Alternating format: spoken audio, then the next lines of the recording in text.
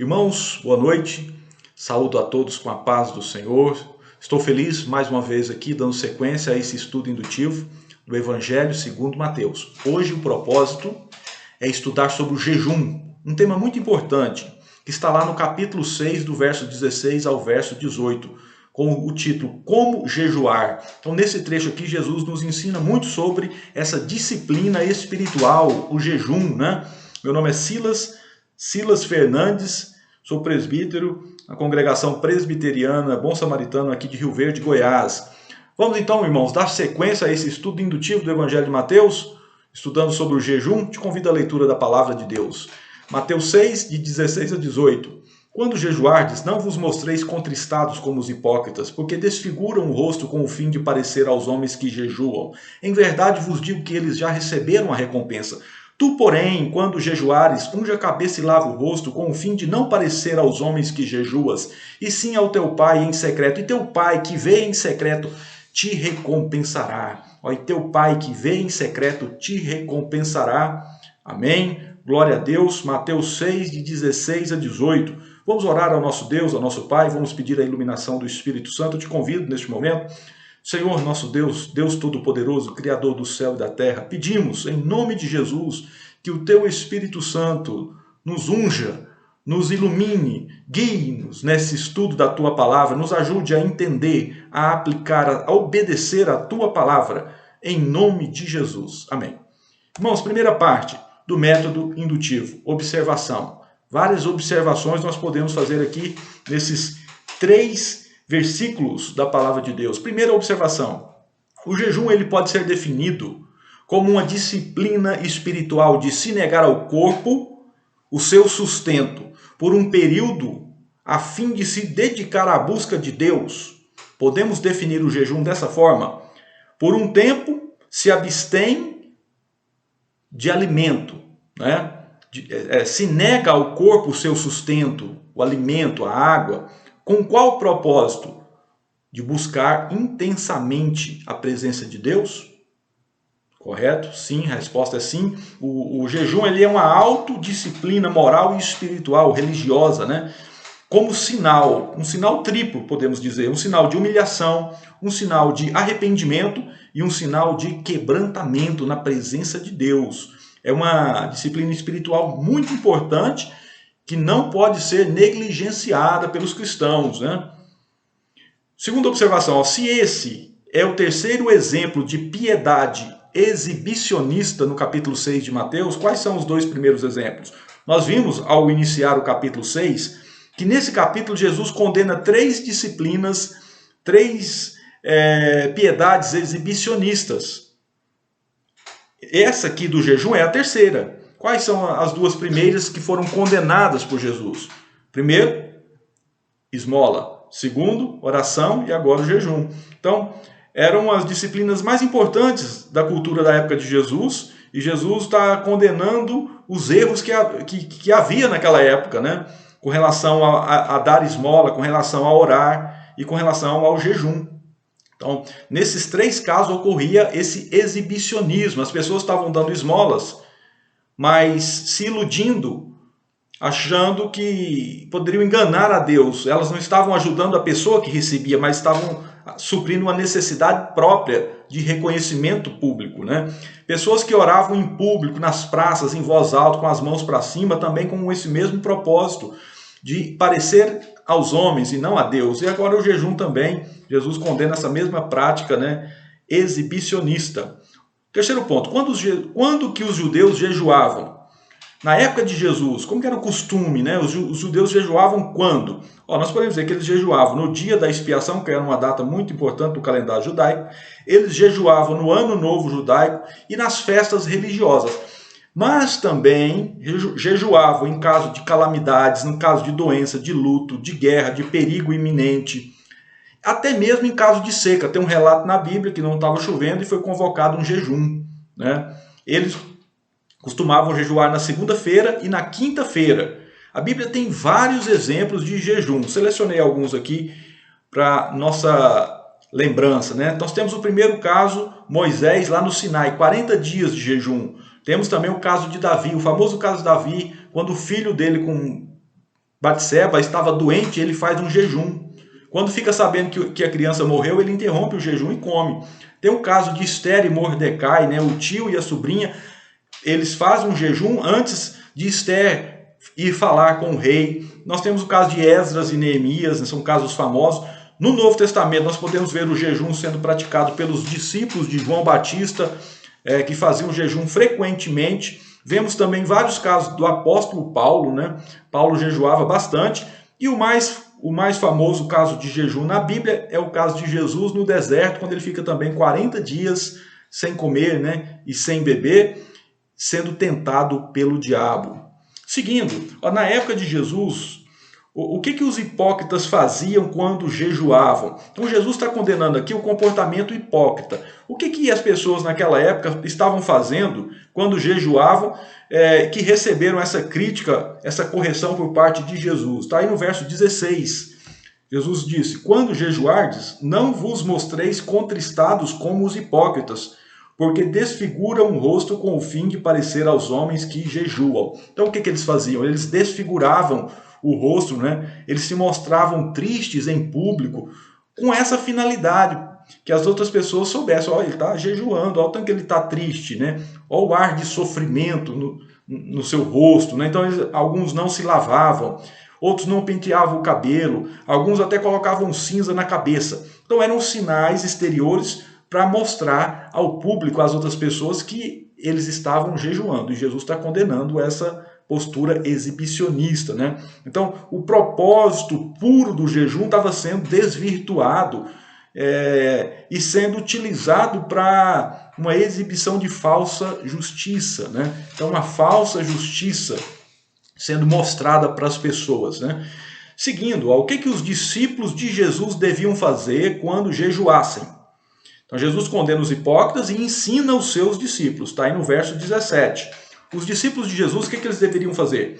Tu, porém, quando jejuares, unge a cabeça e lava o rosto. Então, veja que Jesus pressupõe que os seus discípulos iriam jejuar. Então, Jesus não proíbe o jejum não é proibido. Tu, porém, quando jejuares, unge a cabeça e lava o rosto. Ungir a cabeça com óleo e lavar o rosto era algo natural, corriqueiro dos judeus. Ou seja, então Jesus queria que eles levassem a vida normalmente, para que as outras pessoas não soubessem que eles estavam em jejum, né? Esse ungir com óleo também significava alegria. Então eles tinham que demonstrar a mesma alegria que eles demonstravam em dias comuns, num dia de jejum, né? Seguindo, quais são as consequências do jejum dos hipócritas e dos discípulos de Jesus? Então, a consequência para quem faz um jejum hipócrita está aí no verso 16, na parte B. Em verdade vos digo que eles já receberam a recompensa. Eles já receberam a recompensa. Então Jesus está falando, esses hipócritas que jejuam para serem vistos, eles vão ser vistos. As pessoas vão bater palmas para eles. Ou seja, eles vão receber o que eles querem, que é o reconhecimento humano. Essa é a consequência. E qual é a consequência para os discípulos de Jesus que jejuam da forma correta? Está aí no verso 18, na parte B, na parte final do verso 18. E sim ao teu pai em secreto, e teu pai que vê em secreto te recompensará. Então, o Deus Pai, que é onisciente, que ele vê em secreto, mesmo que a pessoa está jejuando, só ela ali, só ela que sabe, mas Deus sabe, porque Deus vê em secreto, Deus é onisciente. E esse Deus que é onisciente é também onipotente. Então ele tem todo o poder para recompensar o seu filho que está jejuando, que está buscando genuinamente a presença de Deus. Não está buscando o aplauso humano, está buscando Deus, está buscando intimidade com Deus, né? Um quebrantamento, mostrando arrependimento, se humilhando na presença de Deus. Essa pessoa, ela é recompensada pelo Deus que vê em secreto.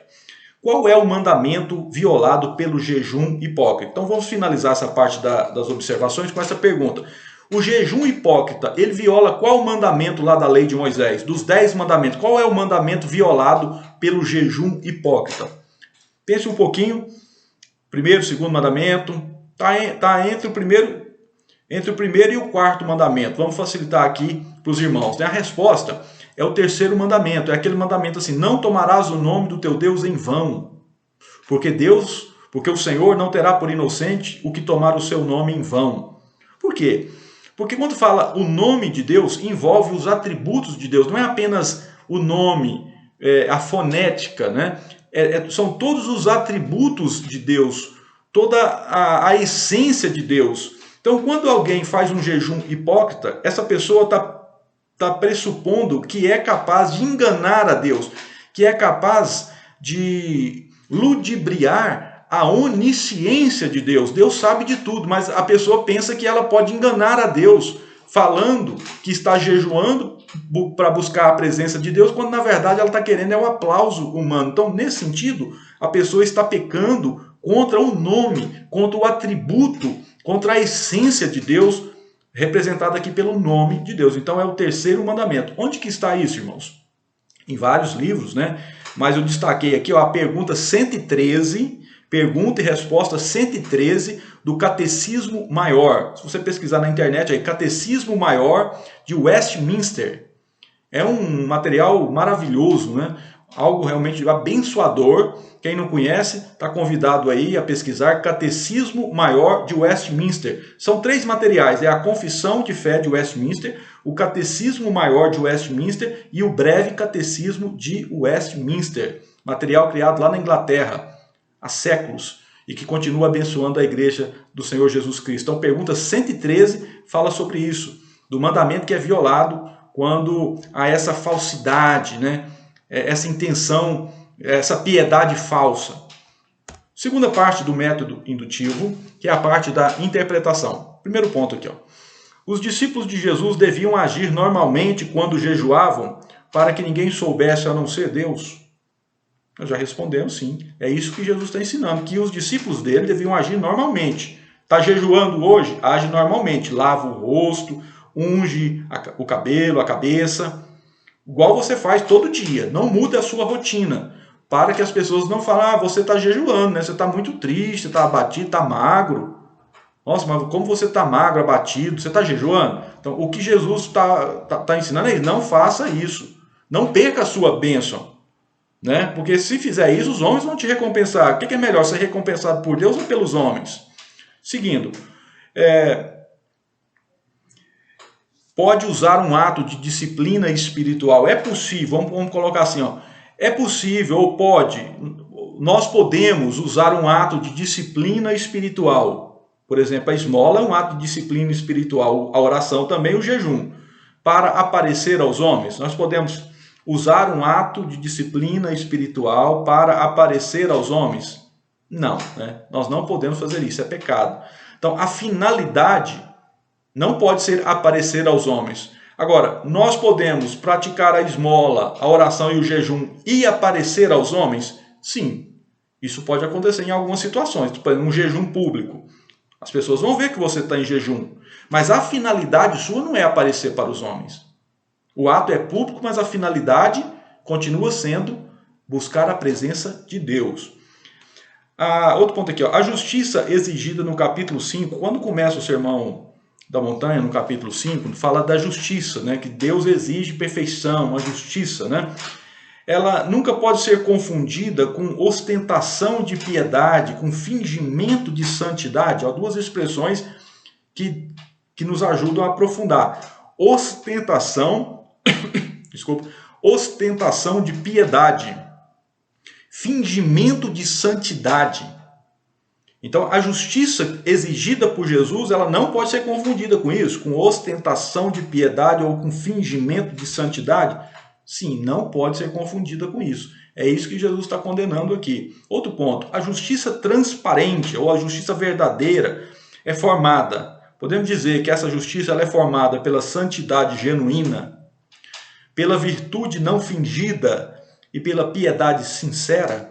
3 elementos formando a justiça transparente? Sim, também podemos responder, devemos responder positivamente a isso mesmo. Santidade genuína, virtude não fingida e piedade sincera.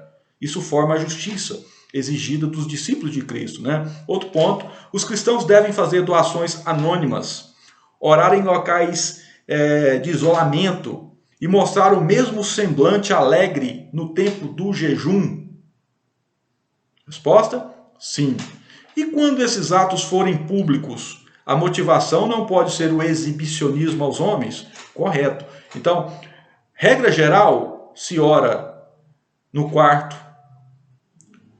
Jejum, só a pessoa que está jejuando, que sabe que está jejuando. A esmola, é a pessoa que está dando a esmola e a outra que está recebendo. Nada disso é feito em público.